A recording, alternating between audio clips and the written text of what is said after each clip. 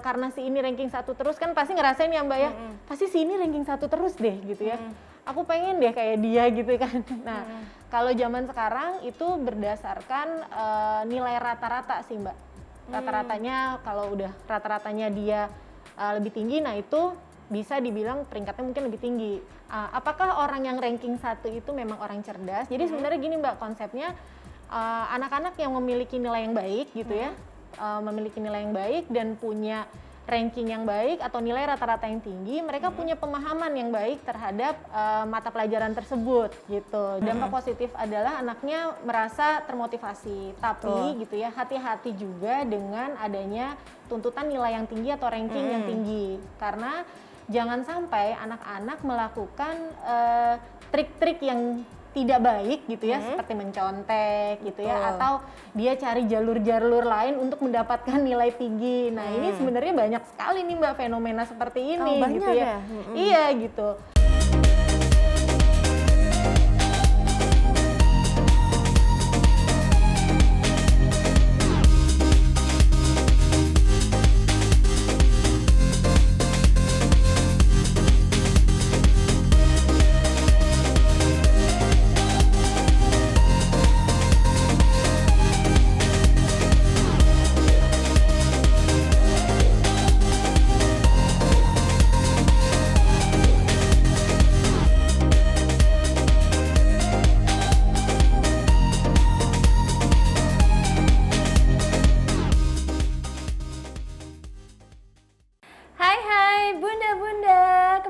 Bersama aku Azahra Masid, yang pasti di program kesayangan kita, apalagi kalau bukan persembahan untuk Bunda cerdas keluarga bahagia, yang pastinya hanya di Mata Millennials Indonesia TV, matanya Indonesia. Dan pastinya selama 30 menit ke depan kami akan menyajikan informasi yang hangat disertai dengan narasumber yang pastinya inspiratif.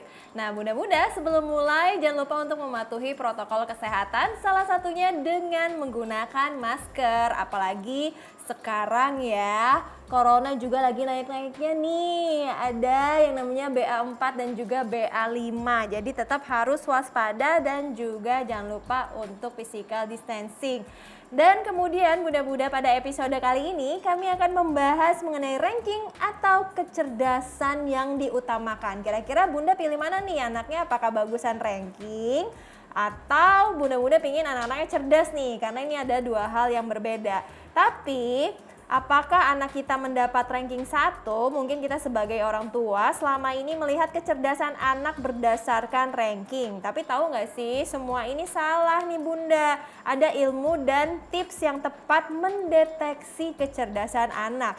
Pasti orang tua juga sering melihat rapor anak sesuai pembagiannya ya, tapi kadang juga hanya melihatnya saja, atau jika dapat ranking ya udah dibiarin aja deh sama orang tuanya. Padahal mengetahui kemampuan, kecerdasan, potensi anak itu sangat penting juga, karena kan bisa dilihat ya dari rapor, misalnya oh anak ini paling tinggi nilainya adalah matematika, ya kemungkinan mungkin skill atau potensinya dia bisanya di matematika, atau bahkan misalnya ada yang paling tinggi di fisika, atau misalnya paling rendah mungkin di bahasa Inggris. Nah itu bagaimana orang tua bisa menggali potensinya anak, itu dilihat dari rapornya ya Bunda-bunda. Tapi kira-kira kalau misalnya dipilih bagaimana, apakah Bunda-bunda lebih memilih atau mengutamakan ranking ataukah kecerdasan? Nah, kita di sini nggak sendirian ya, seperti biasa di sini saya sudah bersama dengan narasumber kita. Saat ini ada Irma Afrianti. Hai. Gimana Mbak Irma, sehat? Alhamdulillah sehat Mbak. Sehat ya, harus sehat. Dan kira-kira aku manggilnya siapa nih? Terserah, mau panggil Irma, mau panggil Mai, boleh. Oke, kayak biar akrab kita panggil Mbak Mai aja ya. Boleh. Biasa dipanggil sama teman-temannya juga seperti itu ya Mbak Mai.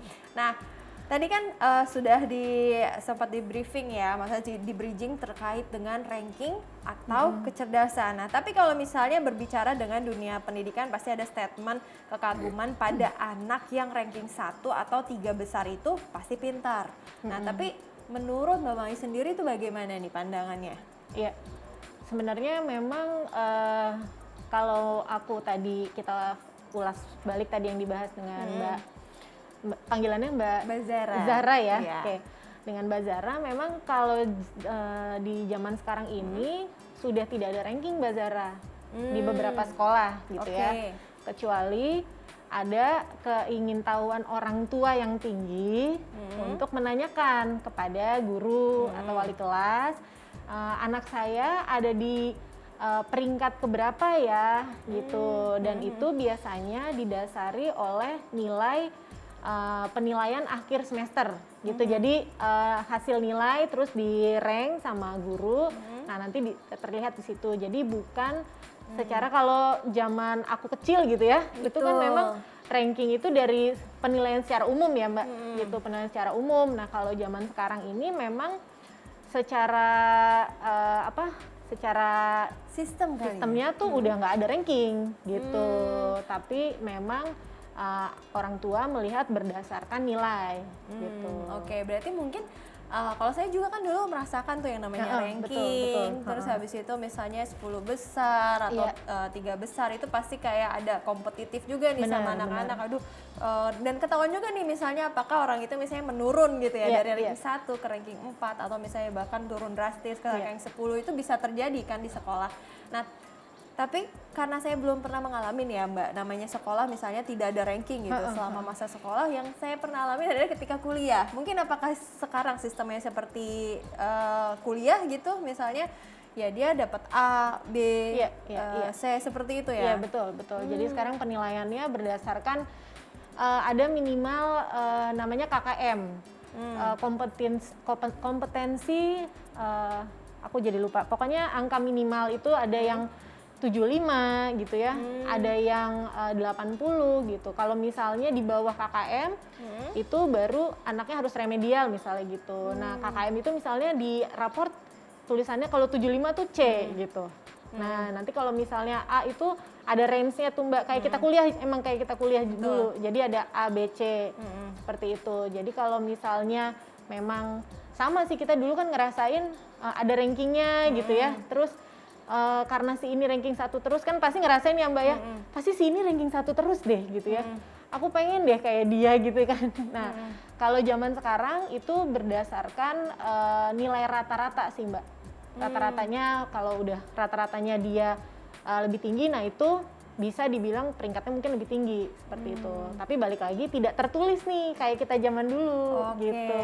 Tapi sebenarnya walaupun sudah ada perbedaan ya, maksudnya seputar dengan sistem pendidikan, orang tua juga bisa melihat juga kan, maksudnya tetap ada standarisasi dari nilai minimum umum dari yang KKM harus itu dilakukan. Misalnya kalau siswanya misalnya di bawah nilai 75, oh dia berarti nilainya jelek seperti itu ya. Atau misalnya harus remedial, berarti itu yang harus diasah lagi gitu untuk anaknya. Nah tapi kalau misalnya nilainya bagus-bagus atau bahkan ingin mengetahui seputar kegiatan anak dan misalnya apakah anak ini berkembang atau tidak di sekolahnya, ya betul, berarti harus tanya langsung kepada wali kelas atau misalnya kepada misalnya pembimbing yang mengetahui anak itu seperti apa sih, apa potensi yang paling besar dimiliki oleh anak. Nah tapi ya Mbak, seputar dengan misalnya kecerdasan sama ranking ini, sebenarnya ada korelasinya nggak sih? Apakah memang orang cerdas itu pasti selalu mendapatkan ranking? Ataukah sebaliknya, misalnya orang biasa-biasa aja, ya bisa aja cerdas gitu, tapi dia misalnya nggak dapetin ranking. Kalau misalnya kita berkaca sama misalnya kurikulum yang sebelumnya misalnya 2017, 2014 itu kan masih menanamkan gitu ranking. Nah itu bagaimana Mbak melihat pandangan seperti itu? Sebenarnya kalau misalnya untuk orang cerdas, apakah orang yang ranking 1 itu memang orang cerdas? Jadi sebenarnya gini Mbak, konsepnya anak-anak yang memiliki nilai yang baik gitu ya, memiliki nilai yang baik dan punya ranking yang baik atau nilai rata-rata yang tinggi, mereka punya pemahaman yang baik terhadap mata pelajaran tersebut gitu. Jadi memang bisa dibilang, oh anaknya pinter nih gitu. Apalagi kalau sekarang sebenarnya orang tua dimudahkan dengan hasil ulangannya itu kan diterima nih dan orang tua lihat gitu ya. Dan ini sebenarnya juga menjadi satu fenomena lah di luar sana gitu ya Mbak. Ada orang tua tuh punya tuntutan tinggi sama anak-anaknya. Kalau anak gua nggak dapet 100 gitu ya, kok kamu nggak dapet 100 sih? Ya ampun, salahnya gini doang. Nah gitu tuh, salah satu doang gitu ya. Bener 97 ini doang, ini kan udah dipelajarin, kenapa kamu ini? Nah kayak gitu, jadi itu fenomena yang sangat umum banget nih Mbak sekarang gitu. Jadi kalau zaman kita dulu gitu ya, kita berlomba-lomba untuk mencari materi nih gitu ya, nanya sama temen gitu ya, nyari informasi gimana. Nah kalau zaman sekarang orang tua punya peran yang sangat besar untuk kebutuhan memfasilitasi anak belajar gitu. Jadi materinya dikumpulin, jadi untuk anaknya diberikan dipelajari lagi biar mereka lebih mudah paham dengan materi-materi tersebut gitu loh Mbak. Gitu. Oke, nah berarti itu penting banget ya buat misalnya orang tua supaya anak lebih paham itu harus dilakukan pengulangan juga ya. Betul, jatuhnya. pengulangan gitu. Nah, tapi kalau misalnya bagaimana nih Mbak untuk cara menyikapi orang tua yang masih berasumsi misalnya bahwa ranking itu harus didapatkan oleh seorang anak gitu. Apalagi kan mungkin sekarang udah banyak banget sistem pendidikan yang sudah berubah gitu yang tidak menerapkan ranking, tapi masih ada aja di beberapa daerah apalagi di Indonesia gitu kan tidak melulu semuanya menerapkan sistem pendidikan yang sama. Dilihat dari gurunya, terus sistem birokrasi di daerah itu seperti apa dan juga peraturannya. Nah itu bagaimana Mbak melihat misalnya orang tua yang menyikapi standarisasi kecerdasan anak itu dilihatnya dari ranking. Sebenarnya adanya ranking itu bukan sesuatu hal yang jelek juga gitu ya Mbak gitu. Ranking itu dalam satu penelitian itu bisa sisi positifnya adalah anak-anak bisa termotivasi nih untuk berprestasi, untuk belajar lebih giat lagi gitu ya. Tapi balik lagi dengan kondisi setiap anak kan berbeda-beda gitu ya. Betul. Biasanya gitu ya, kita nih dalam psikologi ini melihat untuk anak-anak yang memiliki kecerdasan yang baik atau secara kognitif pinter gitu ya, secara kognitif tinggi, itu mereka punya tingkat kecemasan yang tinggi juga Mbak gitu. Jadi ketika dia tidak mampu mencapai hal tersebut gitu, nah dia jadi lebih cemas nih gitu. Nah ini khawatirnya akan mempengaruhi konsep diri, apalagi kalau misalnya nilainya turun gitu ya, atau rankingnya turun, terus orang tuanya ngerasa kok kamu turun sih gitu. Nah jangan sampai ada label. Nah ini yang bahaya gitu ya, jangan sampai dari masyarakat, orang tua, atau apalagi orang tua ya, orang terdekat, atau dari ini melabel anak ini nilainya jelek terus nih gitu ya, anak ini remedial terus nih misalnya gitu. Nah ini yang hati-hati sekali gitu, jangan sampai anak-anak merasa konsep jadi nggak bagus gitu ya, terus dia ngerasa mampu kok gue ternyata nggak pinter gitu ya, jadi tambah drop, jadi mempengaruhi motivasinya. Nah ini kan yang bahaya gitu loh Mbak. Jadi gitu. yang ada malah jadi nggak semangat bukan buat hidup lagi, tapi semangat untuk belajarnya malah jadi nggak ada ya ketika dijudge sama keluarga, sama sekolah, sama teman-teman gitu, belum sama orang-orang sekitar gitu. Nah ini penting banget sih Mbak Mayu untuk orang tua mengetahui bagaimana konsep misalnya seputar misalnya pengawasan cara anak belajar juga. Nah, tapi ini akan kita bahas di segmen selanjutnya. Jadi buat bunda-bunda jangan kemana-mana, tetap di Persembahan untuk Bunda.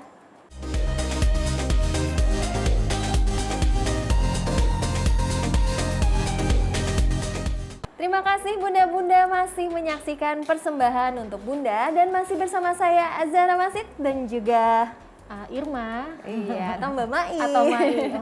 Ya, nah Mbak Mai itu kan berarti penting sekali untuk orang tua juga tidak boleh memberikan statement atau label tadi. Iya, bahkan misalnya melabeli anak ini, oh anak saya misalnya secara nggak langsung kan bodoh ya gitu ya, kok remedial terus apa segala macam. Nah, kalau dalam tahap seperti itu memang anaknya misalnya ada yang kurang nih di salah satu mata pelajaran misalnya, kan tidak semua ya, pasti masing-masing anak itu punya potensi. Nah, bagaimana caranya ketika memang dia di sekolah perasaan udah les, terus habis itu tapi kok masih remedial terus gitu dan nilainya masih jelek terus. Berarti kan yang salah nih apanya nih Mbak kalau seperti itu? Iya. Kalau misalnya ada hal-hal yang kita ngerasa nih kok anak saya kayaknya kurang nih gitu ya, atau secara prestasi nilainya juga kurang terus. Nah ini sebaiknya kami sarankan harus konsultasi ke psikolog Mbak gitu, karena ada berbagai macam faktor yang bisa mempengaruhi itu gitu. Salah satunya kalau misalnya Mbak Zara pernah dengar tentang anak-anak disleksia, diskalkulia, disgrafia, ini masalah kesulitan belajar spesifik namanya gitu. Jadi kalau misalnya dengan psikotes gitu, dengan bantuan psikolog, ini biasanya terdiagnosa gitu. Oh ternyata anak ini ada masalah. Jadi kenapa dia kalau beberapa beberapa murid tuh gitu ya, klien atau murid yang punya masalah dengan kesulitan belajar spesifik, dia punya nilai skor IQ-nya bagus gitu ya, tapi dalam kemampuan tertentu dia jomplang banget gitu. Jadi memang ada hambatan di situ gitu. Makanya kalau kita tidak aware dengan kondisi anak gitu ya, makanya itu tadi kalau kita udah ngerasa kok kayaknya ada yang kurang nih ya gitu, konsul dulu nih ke guru gitu ya. Dan sekarang beberapa sekolah udah punya psikolog sekolah gitu. Jadi konsul dulu ke psikolog sekolah, kira-kira apa gitu yang hambatan apa nih yang dialami anaknya di kelas gitu. Nah, dengan kurikulum yang ada sekarang sebenarnya sekolah dan guru tuh bisa mensupport anak sesuai dengan kelebihan mereka sih Mbak gitu. Jadi kalau misalnya dia ini kemampuannya menonjolnya di ini gitu. Nah, dia akan diberikan penilaian yang sesuai dengan yang dia minati atau yang dia sukai seperti itu. Jadi beberapa sekolah bisa lebih fleksibel seperti itu, namanya program pembelajaran individu. Tapi untuk sekolah-sekolah yang sangat konvensional gitu ya, emang berdasarkan kurikulum Diknas aja nih gitu, tapi nggak bisa fleksibel. Nah ini kadang-kadang memang tenaga pendidiknya mungkin masih kurang support atau kurang pemahaman seperti itu. Jadi balik lagi, sebaiknya kalau kita udah ngerasa kok kayaknya anakku ada yang kurang nih gitu, konsul lah ke psikolog gitu ya, atau ngobrol dulu sama guru kelasnya seperti apa nih kondisinya, apa yang bisa dibantu, dan kita lihat lagi kira-kira si anak ini kelebihannya di mana gitu. Seperti itu sih Mbak. Oke, berarti sebenarnya itu suatu hal yang masih bisa dikomunikasikan dan juga dikonsultasikan. Tapi kan memang mungkin kalau zaman saya dulu tuh ada namanya guru BK, biasanya sama masih ada Mbak, guru-guru BK ya. Iya. Oh masih ada ya? Masih ada. Nah terus itu bisa juga tuh dikomunikasikan kepada guru BK mungkin misalnya kalau memang udah kewalahan. Karena mungkin bisa jadi kan masalah itu tidak hanya terjadi misalnya di lingkungan internal aja gitu. Mungkin di internalnya ketika misalnya di keluarganya anak ini tetap proses bisa belajar segala macam baik-baik aja, tapi kan bisa jadi misalnya ada masalah misalnya sama lingkungan teman-temannya sehingga jadi ketika dia mau belajar tidak termotivasi dan segala macam. Jadi yang paling penting di sini adalah bagaimana orang tua dan juga sekolah itu sama-sama bisa bekerja sama, khususnya dalam pengembangan atau tumbuh kembang anak. Nah, tapi sebenarnya ya Mbak Mai ini kalau misalnya kita melihat dampak positif dan juga negatif nih untuk anak yang didorong untuk harus mendapatkan ranking dari orang tua, itu bagaimana sih? Kan kadang ada orang tua mungkin di satu sisi kan bangga ya kalau misalnya anaknya mendapatkan ranking, tapi kan ada banyak anak-anak juga yang tidak bisa di-push gitu. Mungkin keahliannya beda, ada yang mungkin ahli di non-akademik gitu, tapi di akademiknya kurang, atau misalnya ada cuman berpotensi di salah satu mata pelajaran aja, tapi yang lainnya kurang. Nah itu bagaimana dampak positif dan negatif khususnya buat anak nih, karena kan paling penting ya bagaimana anak itu bisa berkembang, kemudian dia mengetahui karakteristiknya dia seperti apa untuk di kemudian harinya. Dari Mbak Mai gimana? Iya, sebenarnya kalau untuk dampak anak tadi yang udah saya jelaskan, dampak positif adalah anaknya merasa termotivasi, tapi gitu ya hati-hati juga dengan adanya tuntutan nilai yang tinggi atau ranking yang tinggi, karena jangan sampai anak-anak melakukan trik-trik yang tidak baik gitu ya, seperti mencontek gitu ya, atau dia cari jalur-jalur lain untuk mendapatkan nilai tinggi. Nah ini sebenarnya banyak sekali nih Mbak fenomena seperti ini gitu ya. Iya gitu. Karena ada tuntutan orang tua gue nih gitu ya, nyokap gue pokoknya kalau gue nggak nilai tinggi aku dimarahin. Itu kan kasihan banget gitu ya Mbak. Jadi jangan sampai tuntutan orang tua yang tinggi ini memicu anak melakukan hal-hal yang kurang baik dan nanti malah menjadi bibit-bibit yang nggak baik di kemudian hari gitu ya. Jangankan untuk ranking Mbak, sekarang untuk masuk sekolah yang favorit gitu ya, untuk masuk sekolah favorit aja ada jalur-jalur khususnya, dan sangat disayangkan nih kalau si anak tahu gitu, saya masuk bukan karena lulus seleksi, tapi ada jalur-jalur yang khusus gitu. Jadi ketika dia punya pemahaman yang ya nanti kalau gue kesulitan gitu ya, nanti kan ada yang lain gitu. Nah itu kan hati-hati sekali jangan sampai menjadi cikal bakal korupsi gitu di kemudian hari gitu kan Mbak. Jadi sebagai orang tua betul-betul kita sebaiknya harus memilah-milah juga gitu ya. Dan kita benar-benar harus paham kondisi anak kita sendiri gitu. Kalau misalnya anak yang punya prestasi tinggi itu bagus gitu ya, dan pasti membanggakan, tentunya pasti membanggakan orang tua gitu. Tapi tiap anak yakinlah gitu ya, setiap anak tuh pasti punya kelebihannya masing-masing kok gitu. Seperti itu sih Mbak. Tapi kalau misalnya untuk misalnya kan kadang anak itu kan ada ranking itu berbagai macam ya, ada 1 sampai 10. Nah, terkadang misalnya anak ini sudah mendapatkan ranking di posisinya 5 misalnya. Tapi orang tua tetap, kamu harusnya bisa ranking 1 dong misalnya, jangan kalah misalnya sama si A, malah jadinya pembanding sama temennya yang lain gitu, perasaan pinteran kamu deh gitu kan, kadang orang tua suka kayak gitu.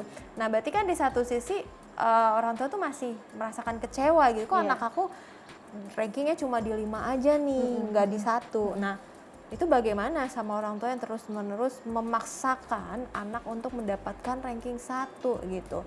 Karena kayaknya ranking 1 tuh adalah segalanya gitu kan. Terus kayak, oh pokoknya anak saya paling pinter gitu. Nanti misalnya kalau yang SMA supaya nanti misalnya masuk kuliah PTN nilainya gitu ya. dapat PTN, misalnya undangan ini itu. Nah itu bagaimana nih? Berarti kan yang harus dilakukan lebih ke pemberitahuannya adalah lebih ke orang tuanya harus bagaimana gitu, jangan selalu memaksakan atau bagaimana dari pandangan Mbak Mai sendiri. Iya, memang menarik sekali sih Mbak kalau ini kadang-kadang memang rumput tetangga yang selalu lebih hijau gitu ya. Jadi yang paling penting mungkin orang tuanya juga perlu konseling gitu ya, melakukan konseling dengan psikolog juga karena biasanya gitu ya ada hal-hal yang men-trigger si orang tua itu karena aku dulu di-push terus nih sama orang tua aku seperti ini, makanya aku nge-push kamu gitu. Sedangkan kita dalam parenting ini harus mendidik anak itu kan sesuai dengan zamannya ya gitu, nggak bisa kita samain zaman dulu sama zaman sekarang. Nah kalau misalnya terus-terusan dipaksa seperti itu ya hati-hati sekali gitu ya, takutnya anaknya jadi mempengaruhi konsep diri dia juga gitu ya Mbak. Dan yang tadi aku cerita gitu, jangan sampai dia menghalalkan segala cara untuk mendapatkan nilai yang sebenarnya bukan punya dia gitu ya. Jadi memang orang tua sebaiknya harus realistis lah dengan kondisi anaknya gitu. Kita kalau misalnya orang tua ya peka gitu ya, dia aware dengan kondisi anaknya akan terlihat kok prestasi mana yang menonjol dari dia gitu ya. Mungkin nggak secara akademis, tapi tadi seperti yang Mbak Zara bilang secara non akademis ada yang menonjol kok dari anakku gitu. Jadi ada hal-hal yang bisa dia banggakan juga dari hal-hal tersebut. Makanya hati-hati sekali kalau kita terlalu ambisi gitu ya. Banyak ibu-ibu yang ambisius gitu untuk anaknya berprestasi sangat tinggi gitu atau nilainya harus 100 terus gitu. Nah itu jadi jangan sampai anak-anak melakukan hal-hal yang kurang baik lah gitu. Nah itu dia paling penting ya Bun ya, jangan sampai anak-anak saking dipusnya nih sama orang tuanya jadi melakukan cara-cara yang salah tapi akhirnya dibenarkan gitu untuk mendapatkan misalnya posisi di mana orang tuanya jadi bangga. Nah itu sangat tidak diperbolehkan. Nah tapi seputar tentang pengawasan anak juga, misalnya orang tua harus seperti apa sih kepada anaknya. Nah kita akan ada di segmen selanjutnya. Jadi buat bunda-bunda jangan kemana-mana, tetap di Persembahan untuk Bunda.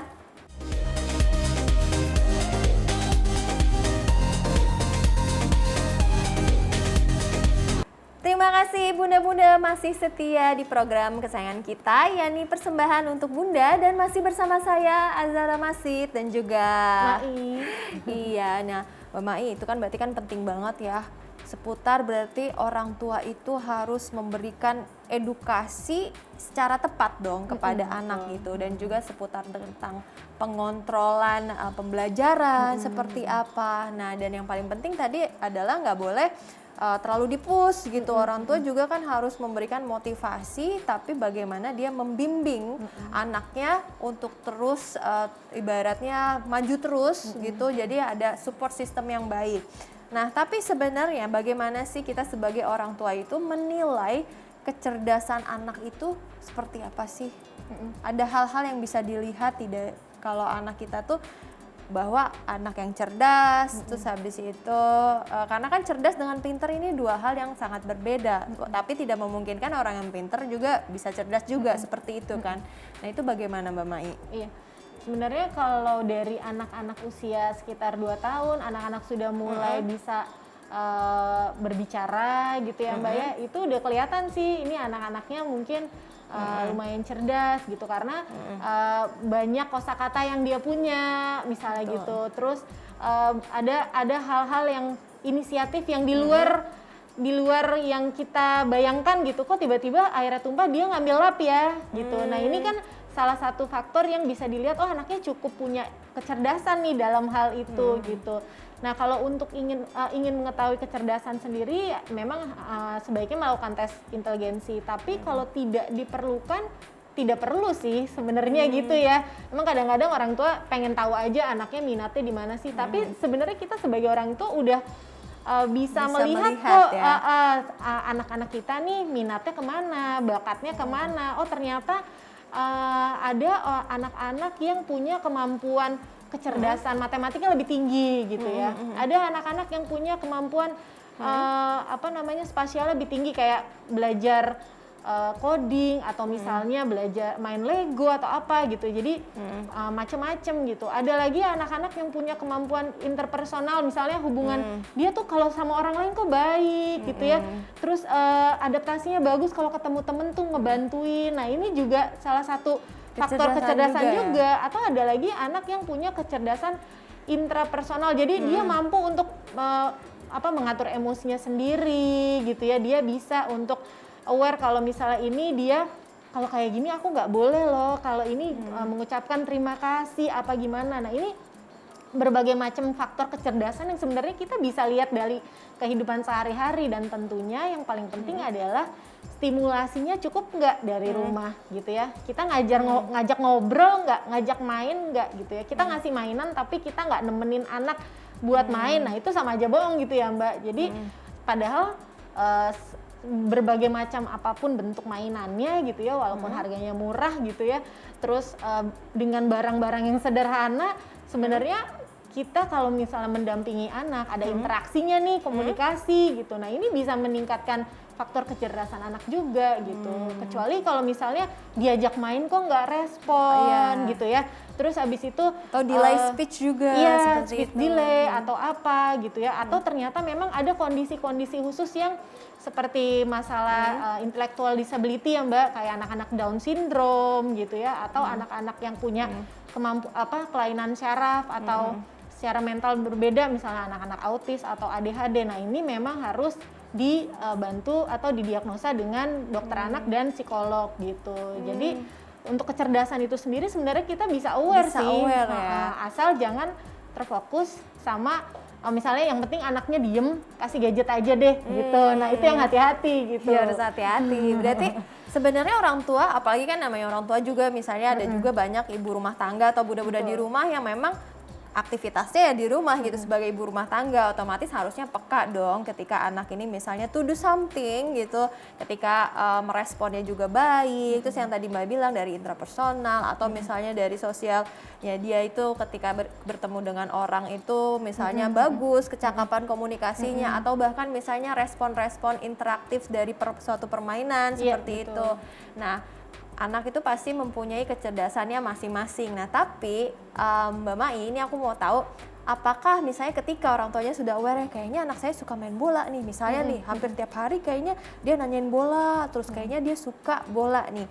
Nah dengan orang tua yang misalnya memberikan tes intelijensi gitu, nah apakah memang itu kemungkinan besar dia peminatannya itu atau skillnya itu ada di misalnya permainan bola, atau bisa berbeda nih Mbak? Ketika diukur bukan dari kacamata kita doang gitu ya, tapi dari benar-benar tes yang secara akurat, yang zaman sekarang misalnya udah bisa dilihat nih, mungkin ada bunda-bunda yang nggak peka nih ya misalnya sama anaknya kira-kira akan kemana. Nah itu bisa sedini mungkin kan dites intelijensinya itu kemana, peminatannya, misalnya potensinya apa. Nah itu bagaimana Mbak? Sebenarnya psikolog yang terbaik adalah bunda-bunda sendiri di rumah gitu, karena basic kita psikologi adalah observasi dan wawancara Mbak Zara gitu. Betul. Jadi yang paling tahu, yang paling paham kelebihan kekurangan anak kita sendiri ya sebenarnya kita sendiri gitu. Hanya saja kadang-kadang kita nggak pede nih gitu. Sebenarnya anak lain gini, kok anak gue belum gitu ya. Terus nah itu yang memang jadi harus hati-hati awareness-nya buat kita sendiri gitu. Nah kalau misalnya untuk tes-tes sendiri, memang sekarang ini berbagai macam tes ada di kita bisa misalnya ada yang fingerprint atau apa gitu. Tapi kami kalau secara psikologi memang lebih merekomendasikan psikotes yang memang ada observasi, wawancara dan tidak hanya satu tes aja Mbak gitu.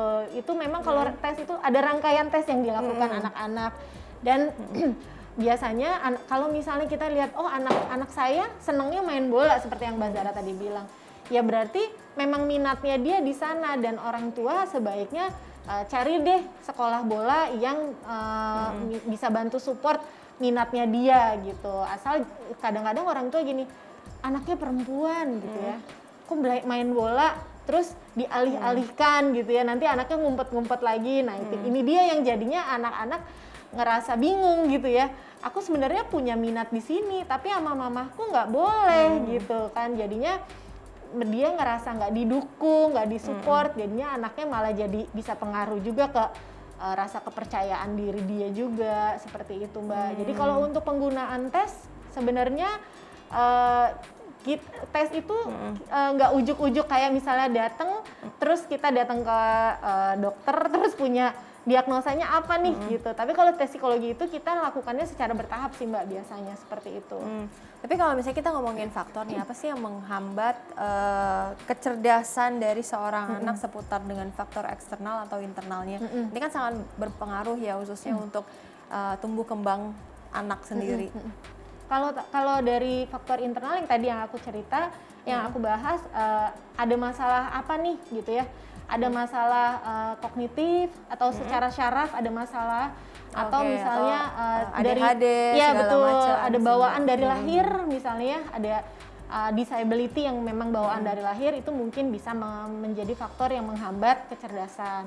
Kalau dari faktor lingkungan ya bisa tadi stimulasinya kurang pas gitu ya, atau misalnya kurang didampingi maksimal lah dari orang tua, atau kalau misalnya anaknya udah beranjak besar punya lingkungan yang kurang baik misalnya gitu ya. Sebenarnya dia anak yang cerdas gitu, tapi teman-temannya kurang mendukung gitu ya, apalagi anaknya masuk remaja nih gitu, dia pasti akan lebih teman banget. Nah ketika dia padahal dia punya potensi tapi dia punya lingkungan yang kurang mendukung, nah ini bisa menghambat juga sih Mbak gitu. Cara dia nggak tampil, kecerdasannya nggak tampil seperti yang dia punya, seperti itu. Nah dari tadi faktor penghambat, terakhir nih Mbak Mai berikan tips kepada bunda-bunda di rumah, khususnya misalnya kepada orang tua di rumah, bagaimana cara meningkatkan khususnya kecerdasan anak dan tapi tidak terpaku dengan ranking ya. Betul, gitu, karena kan setiap anak punya kecerdasan yang beda-beda. Dan misalnya ketika ada faktor penghambat tadi, dan bagaimana caranya supaya orang tua tetap bisa memotivasi anaknya dan anaknya juga termotivasi untuk semakin berkembang dan juga semakin cerdas. Silahkan. Oke, buat bunda-bunda, tips yang paling penting adalah yang paling tahu anak bunda-bunda sendiri adalah bunda sendiri gitu ya. Betul. Jadi pahami kelebihan dan kekurangan anak apa gitu ya.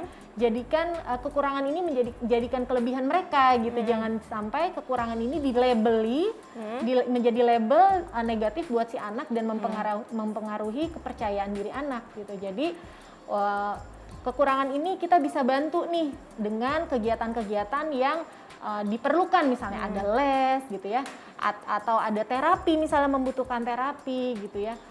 Belum tentu anak-anak yang membutuhkan terapi ini jadi anak nggak cerdas gitu loh Mbak gitu. Betul. Jadi sebaiknya kita tahu kelebihan dan kekurangan anak kita sendiri dan stop deh lihat-lihat tetangga sebelah gitu ya, karena memang kadang rumput tetangga lebih hijau daripada rumput sendiri gitu. Jadi nggak usah membanding-bandingkan anak satu dengan anak yang lainnya. Anak kita yang satu dengan lain juga berbeda karakternya dan kemampuannya, apalagi anak kita dengan anak tetangga gitu. Jadi tidak usah melabel anak gitu ya, tidak usah membanding-bandingkan anak.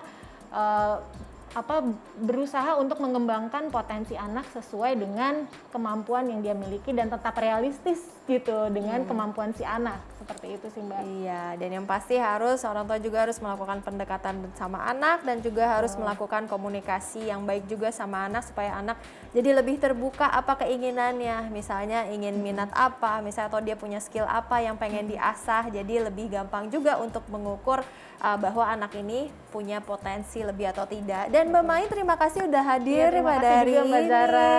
gitu. Tapi nggak berasa bunda-bunda ya, informasinya banyak sekali yang bisa diambil oleh bunda-bunda dan sama kita semua.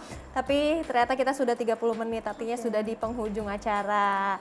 Nah, buat bunda-bunda di rumah, jangan lupa untuk saksikan terus persembahan untuk bunda di episode selanjutnya yang pastinya tidak kalah menarik dari episode hari ini. Dan saya Az-Zahra Masid bersama dengan Mai. kami pamit undur diri. Bye-bye.